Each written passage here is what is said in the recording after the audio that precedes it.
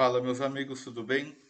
Vamos para a segunda pergunta aqui, mais um modelo de pergunta de prova.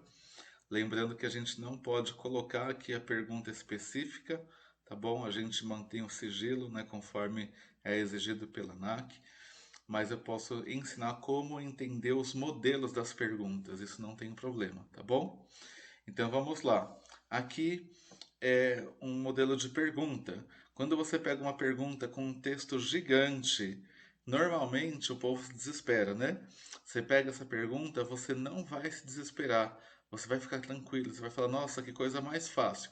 Pensamento positivo, tá bom? Bora lá então. Onde a gente começa a fazer a pergunta?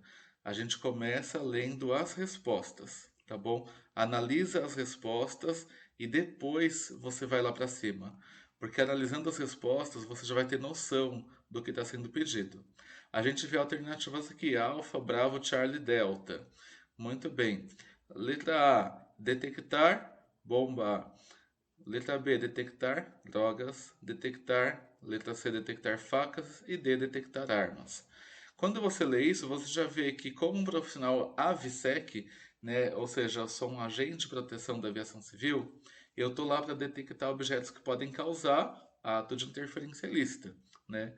Então, é meu papel detectar bomba. Sim, eu preciso detectar para evitar atos de interferência ilícita, porque isso pode derrubar um avião, pode matar pessoas, tá? Eu estou lá como profissional AVSEC para detectar drogas? Não, droga não vai derrubar o avião.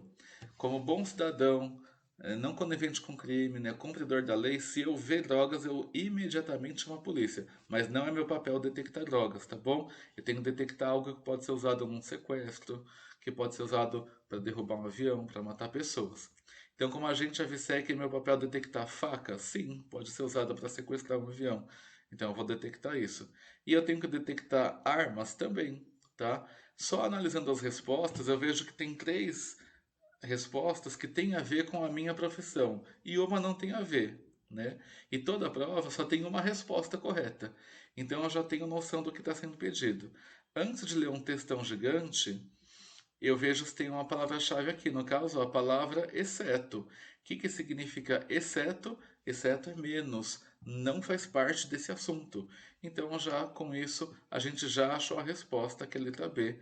É exceto detectar drogas, tá bom? Então, é fácil demais, não é? Quando você faz dessa forma. Mas por que que numa coisa tão fácil a ANAC coloca um texto gigante, né? Não sei, eu não estou na cabeça dos servidores lá, tá bom? Eles estão testando o conhecimento e tudo mais. Mas eu imagino que um texto desse dificulta muito. Por quê? Porque, em geral, nós brasileiros temos baixa interpretação de texto.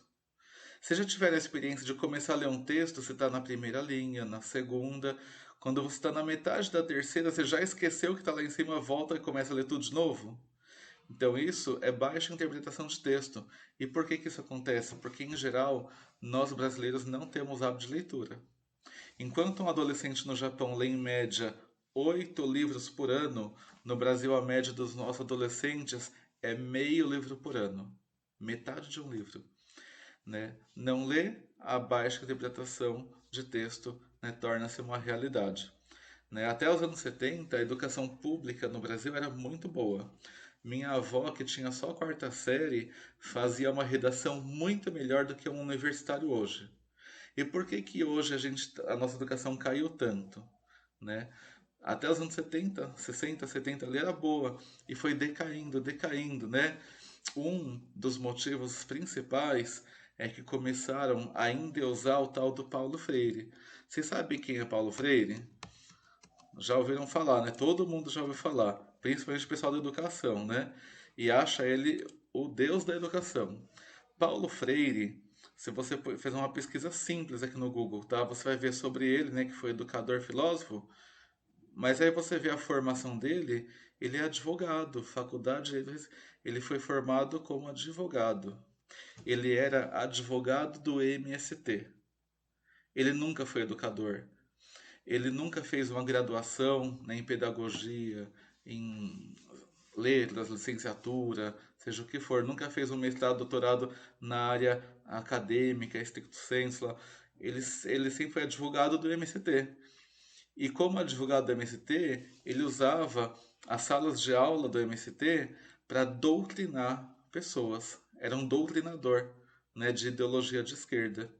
E aí colocaram esse cara como o deus da educação, né, o patrono da educação no Brasil, e começaram a seguir a filosofia dele, né, de um doutrinador, não de um educador.